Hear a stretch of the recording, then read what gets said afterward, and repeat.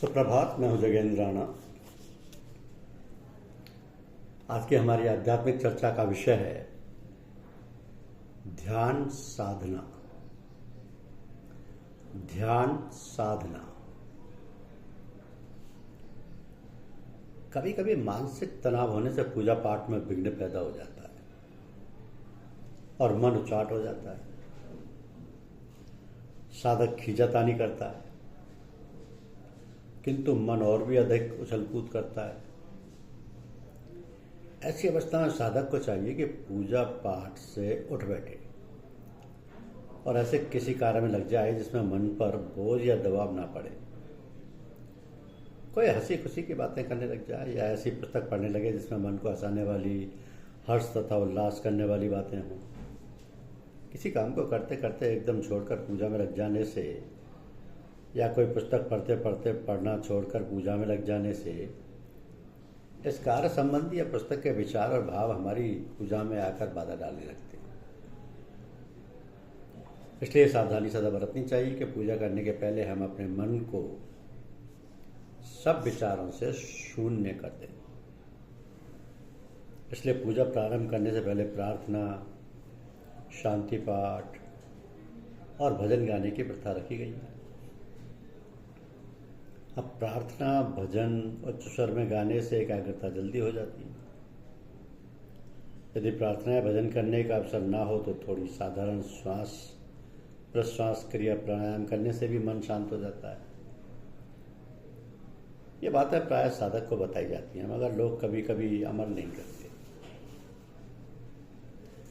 आमतौर पर लोग कहते हैं कि ध्यान करते समय विचार बहुत आते हैं।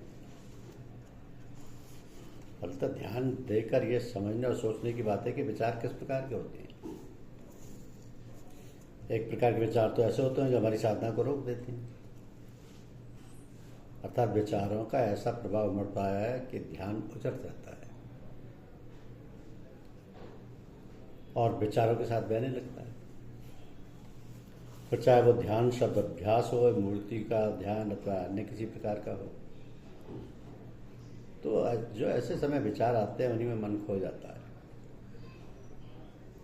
यह अवस्था सचमुच ठीक नहीं है। इस अवस्था में विचारों को भगाने या हटाने का प्रयत्न नहीं करना चाहिए। उस समय ये करना चाहिए कि ध्यान रोककर साधना आरंभ करने से पहले जो क्रिया हम करते हैं वही करनी चाहिए और वो क्रिया प्राय सबको बतलाई जाती है। ऐसे समय में हमें अपने इष्ट का ध्यान इस प्रकार करना चाहिए कि मानो वो हमारे सामने विराजमान है। उनकी ओर से प्रकाश, आनंद और शांति की धारा प्रवाहित हो रही है जो हमारे चारों ओर फैली हुई है और उसी धारा में हम डूबे हुए बैठे हैं। जैसे हम नदी में गोता लगाते हैं तो हमारे चारों ओर पानी पानी होता है। हमें ऐसा लगे कि प्रकाश और आनंद तथा शांति की धारा हमारे अंदर भी प्रवेश कर रही है, जिसके फलस्वरूप जो भी विचार, भाव, संस्कार हमारे अंदर जमा हैं वो बाहर निकल रहे हैं और पीछे की ओर जा रहे हैं। ऐसा करने से जो विचार हमारे मार्ग में रुकावट डाल रहे थे वे भाग जाएंगे और फिर हम अपनी साधना में लग जाएंगे। इसके सिवाय हमको ये चाहिए कि ध्यान करते समय थोड़ी थोड़ी देर बाद ये ख्याल करते रहें कि हे ईश्वर, मेरा लक्ष्य तू है। तू मुझे अपनी इच्छा अनुसार चला और मुझे अपना सच्चा प्रेम और ज्ञान प्रदान कर। इससे भी हमारे अंदर विचार नहीं आने पाएंगे। ये तो हुई एक प्रकार के विचारों की बात। अब दूसरी बात यह है कि दूसरी प्रकार के विचार ऐसे होते हैं जो आते हैं और चले जाते हैं और हमारी साधना भी चलती रहती है। तो हमारी साधना करने में कोई गड़बड़ी नहीं होती है, वे आते जाते रहते हैं। जिस प्रकार हम रास्ता चलते हैं, एक और हम जा रहे हैं, दूसरी ओर से लोग आ रहे हैं, ना हम उनसे बोलते हैं न वे हमसे बोलते हैं, वो अपने रास्ते जा रहे हैं।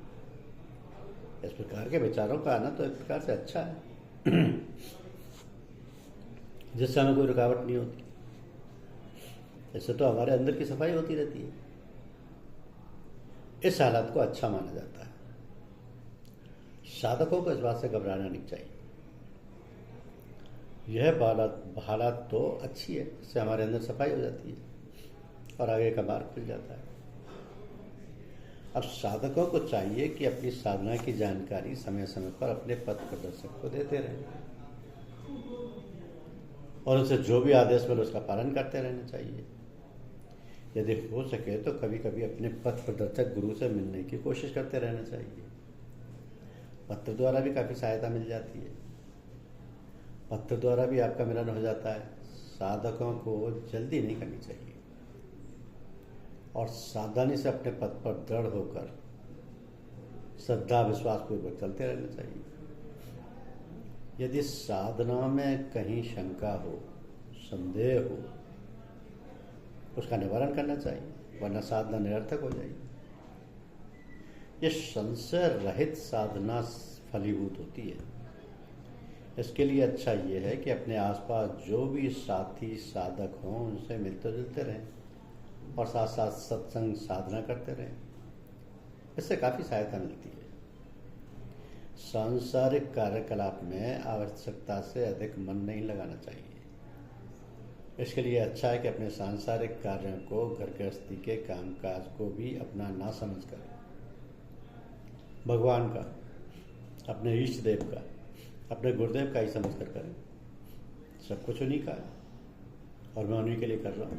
मैं भी उन्हीं का हूँ, ये कार्य भी उन्हीं का है। ये घर गृहस्थी, ये लड़के बच्चे, घर बार, नौकरी चाकरी, खेती बाड़ी सब उन्हीं का दिया हुआ है। मैं तो केवल श्रमिक हूँ। इस प्रकार करते रहने से उसमें लगाव नहीं होता। लगाव तो केवल भगवान से रहता है और रहना भी चाहिए। मेरा बुद्ध में कुछ नहीं, जो कुछ है सो तो तेरा तुझको सौंपते, क्या लागे है मोर। तो काम प्रारंभ करते समय ये प्रार्थना करें कि भगवान ये आपका ही कार्य है, मैं तो निमित्त मात्र हूँ। आप मुझे ऐसी शक्ति और सामर्थ्य दें कि आपकी इच्छा अनुसार काम कर सकूं। इस प्रकार जब काम समाप्त हो तो उसे भगवान को ही अर्पण कर देना चाहिए, ये कहते हुए कि ये काम जैसा जो कुछ बन पड़ा है सभी आपका है, अतः आपको ही समर्पित है। तो ध्यान साधना में मन का बहुत महत्वपूर्ण कार्य है और मन बड़ा चंचल है। इसका अच्छे कार्य की तरफ रुझान होना कोई आसान बात नहीं है। क्षण मात्र में यह कोसों की उड़ान भरने लगता है। इसको समझा बुझा कर ही काम लेना है, तभी वो बस में आ सकता है। एक बार जिसने इसको बस में कर लिया फिर उसका काम आसान हो जाएगा। चावल लगने का कारण मन के संयमित न होने का कारण है।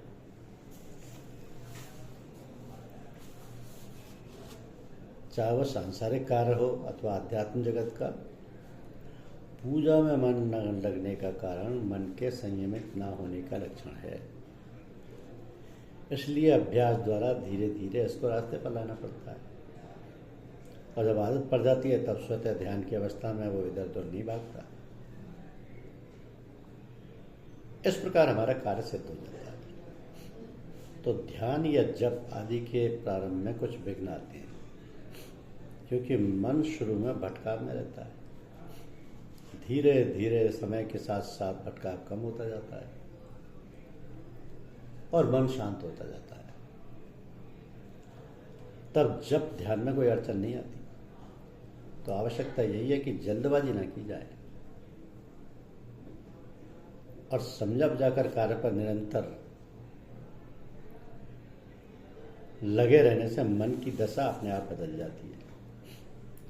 जिन लोगों का अभ्यास अच्छा है वो एक ही आसन पर 3 या 4 घंटे तक ध्यानावस्था में बन जाते हैं। ये भी देखा गया है कि इस प्रकार के अभ्यास द्वारा उनकी हर सांस में राम राम का शब्द जागृत हो जाता है और इस प्रकार का भी ध्यान खंडित नहीं होता। तो जो लोग राम या ओम शब्द का जाप माला द्वारा करते हैं, यदि वो 200 मालाओं का जाप प्रतिदिन कर सकें तो अति उत्तम है। मगर ये जाप धीरे धीरे बढ़ाना चाहिए। जब कभी अन्य काम से खाली हो आप जाप कर सकते हैं, क्योंकि मन को अंतर्मुखी बनाने के लिए आरंभ में प्रयास करना पड़ेगा, बाद में स्वतः आदत बन जाएगी और हर समय शब्द सुनाई देता रहेगा।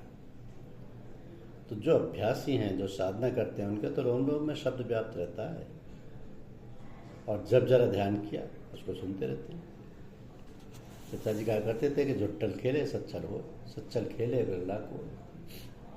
इसलिए मन को अभ्यास में लगाए रखने से एक न एक दिन अवश्य सफलता प्राप्त होगी। श्रद्धापूर्वक व धैर्यपूर्वक साधना करते रहो, यही कल्याण मार्ग है, और यही है उस परमपिता परमेश्वर को पाने का सुगम और सरल उपाय।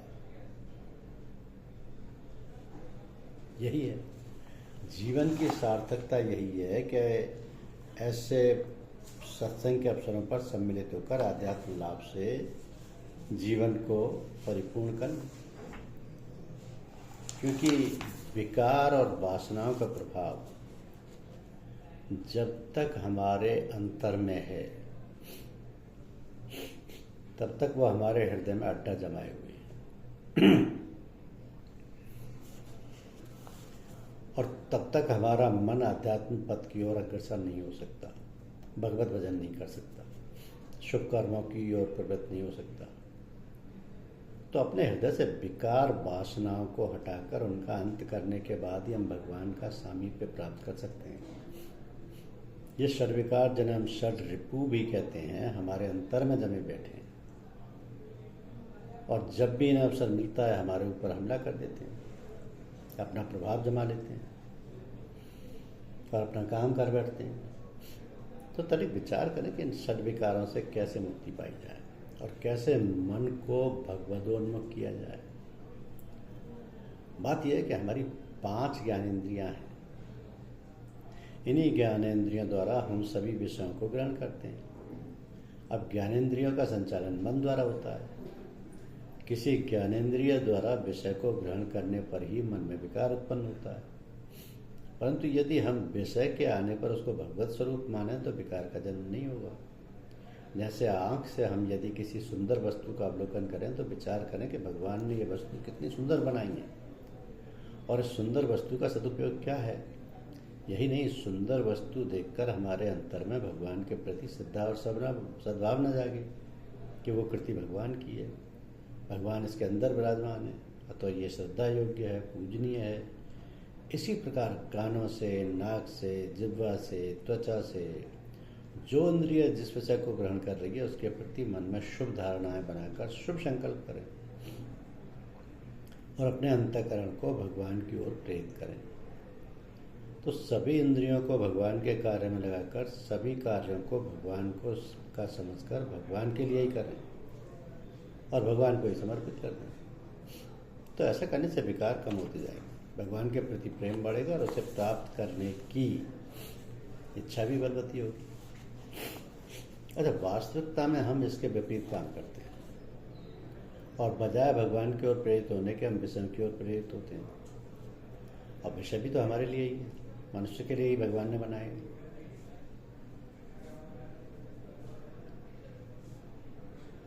तो हमारी सुखता और आनंद प्राप्ति के लिए ही बनाए हैं, किंतु हम विषयों को गलत तरीके से भोग कर भगवान की पूजा प्रार्थना से कोसों दूर भटक जाते हैं एवं माया और अंधकार के गर्त में गिरकर अपने को नरकगामी बना लेते हैं। जब हमारे अंदर विकार पैदा होता है और उसकी याद बार बार आती है, तब वो विकार हमारे अंतःकरण में घर कर लेता है, वहाँ बस जाता है। यही वासना कहलाती है। वासना बड़े विचित्र ढंग से काम करती है, हमें भान भी नहीं होता कि वासना हमारे अंदर है, किंतु जहाँ उसके अनुकूल परिस्थिति आई कि वो एकदम अपना काम कर बैठती है, हमारे ऊपर हावी हो जाती है और हम उनके प्रभाव में बह जाते हैं। तो इस प्रकार हम विकार और वासना में फंसे हुए जन्म मरण के चक्कर में पड़े पड़े दुख और कष्ट भोगते रहते हैं। इन षड विकारों और षड रिपुओं से बचे रहने के लिए हमें धार्मिक ग्रंथों का पठन पाठन और महात्माओं का सत्संग करते रहना चाहिए। परंतु हमने जीवन इतना व्यस्त बना लिया है, इतना असंयमित कर लिया है कि भगवत पूजन, पूजा पाठ, कथा कीर्तन के लिए समय नहीं मिलता। हमारे पास समय की कमी नहीं है, टीवी देखने के लिए है। तो हम सोचें, विचारें, समय का सदुपयोग करें ताकि शांतिपूर्वक परलोक की यात्रा कर सकें और उत्तम गति प्राप्त कर सकें। भगवान और गुरुदेव ही सद्बुद्धि देते हैं। जय हो गुरुदेव।